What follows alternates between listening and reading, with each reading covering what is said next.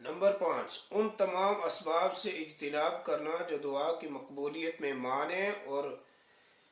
معنی قرار پاتے ہوں، جیسے حرام خوراک اور حرام لباس کا استعمال کرنا، کسی پر ظلم زیادتی کرنا، دعا میں بے توجہی برتنا. یہ باتیں پہلے بھی آ چکی ہیں، یعنی کسی کو تنگ کرنا، پریشان کیا ہوا ہو اور ظلم و زیادتی کا کوئی شکار ہو اور آپ آ کر کے ادھر گڑ گڑا رہے ہیں تو اس طریقے سے دعائیں قبول نہیں ہوتی.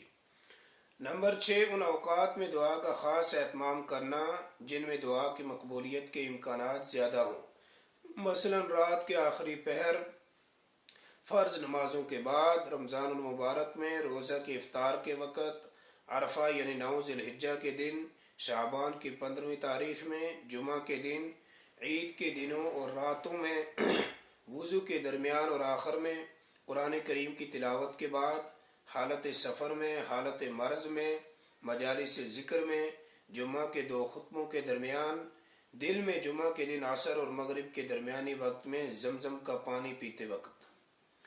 یعنی جمعہ کے دونوں خطبوں کے درمیان جو آپ دعا کریں گے تو وہ ہاتھ اٹھائے بنا اپنے دل میں ہی کوئی دعا کر سکتے ہیں.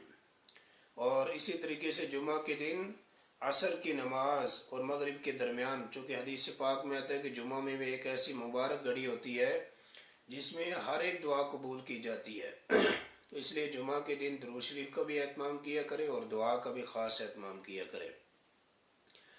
نمبر 7، دعا کی ابتدا اللہ تعالیٰ کی حمد و ثنا سے کرنا، پھر حضرت صلی اللہ علیہ وسلم کی ذات اطہر پر درود شریف بھیجنا اور آخر میں اپنی حاجات اور ضروریات کا سوال کرنا. یعنی دعا کا طریقہ کار یہ ہے کہ پہلے رب کی حمد بیان کی جائے، اللہ کی تعریف اور توصیف بیان کی جائے، اس کی ربوبیت اور الوہیت کو بیان کیا جائے، اور پھر اللہ کی حمد و ثنا کر لینے کے بعد دوسرا جو حق بنتا ہے وہ ہے آقا نامدار، فخر موجودات، صاحب الاولاق، حضرت جناب محمد کریم رؤوف الرحیم صلی اللہ علیہ وسلم کی ذات اقدس پر درود بھیجنا اور سلام بھیجنا. اس کے بعد انسان دعا مانگے. حدیث شریف میں آتا ہے کہ کوئی دعا جس میں درود شریف نہ پڑھا گیا ہو وہ آسمان کے درمیان معلق کر دی جاتی ہے، یعنی لٹک جاتی ہے. جب تک درود شریف نہیں پڑھا جائے گا وہ دعا قبول نہیں ہوگی. اس لیے علماء نے لکھا ہے کہ دعا کے شروع میں، درمیان میں اور آخر میں درود شریف پڑھیں تاکہ آپ کی دعائیں قبول کی جائیں. نمبر 8، دعا کے وقت رونا. اگر رونا نہ آئے تو رونے کی کیفیت بنا لینا. یعنی یہ نہیں ہے کہ بس دعا ادھر مانگ رہے ہیں اور ہمارے ہاں تو بہت سارے حضرات ایسے ہیں کہ جب دعا مانگی جاتی ہے، دعا کی جاتی ہے تو وہ ہاتھ دونوں اوپر اٹھانے تک کو بھی گوارا نہیں کرتے. یعنی کہ ہاتھ بھی اوپر نہیں اٹھاتے ہیں، بس ہاتھ یوں گھٹنوں پر رکھے ہوئے ہیں یا ٹیڑھے میڑھے ہیں جس طریقے سے ہیں، بس جی دیکھ رہے ہیں دیوار کیسی بنی ہے، پنکھا کیسا لگا ہوا ہے، اس کا ڈیزائن کس طریقے سے کیا گیا، اور ادھر سے کہہ رہے ہوتے آمین آمین آمین. تو بتاؤ وہ دعائیں کہاں تک جائیں گی؟ اس لیے جب دعا کی جائے تو خوب اہتمام سے کی جائے اور دونوں ہاتھ اپنے سینے کے سامنے رکھ کر کے جوڑ کر کے دعا کی جائے. اللہ کی بارگاہ میں عجز و نیاز پیش کیا جائے.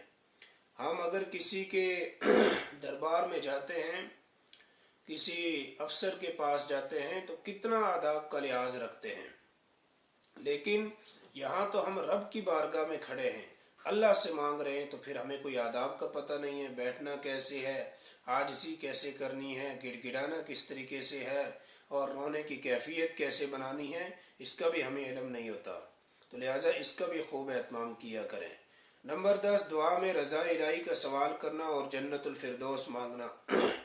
یعنی یہ تو آپ مانگ سکتے ہیں کہ اللہ آپ ہم سے راضی ہو جا، چونکہ جب رب راضی ہو جائے گا تو پھر اس کی دنیا بھی سنور جائے گی اور آخرت بھی سنور جائے گی.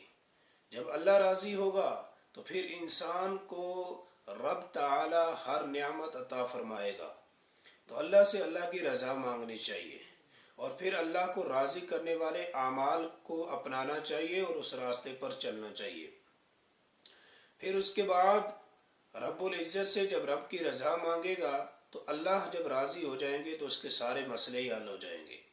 آپ دنیاوی اعتبار سے اپنے راحت اور سکون اور خوشی تو مانگ سکتے ہیں، لیکن یوں نہیں کہہ سکتے کہ یا اللہ مجھے تو 5,000 روپیہ دے دے. یہ غلط بات ہے. بلکہ یوں کہیے اے اللہ میری دنیا کو بہتر بنا دے اے رب العزت میری مشکلات کو آسان کر دے، اے اللہ میں مقروض ہوں تو میرے قرض کی ادائیگی کی شکلیں پیدا فرما دے۔ تو اس طریقے سے آپ دعا مانگیں اور اللہ والوں کا وسیلہ دے کر کے دعا مانگیں، عجز و نیاز کے ساتھ دعا مانگیں، تو انشاءاللہ الرحمن آپ کی دعائیں مقبول بھی ہوں گی اور آپ جو ہے دیکھیں گے دعاؤں کا نتیجہ بھی۔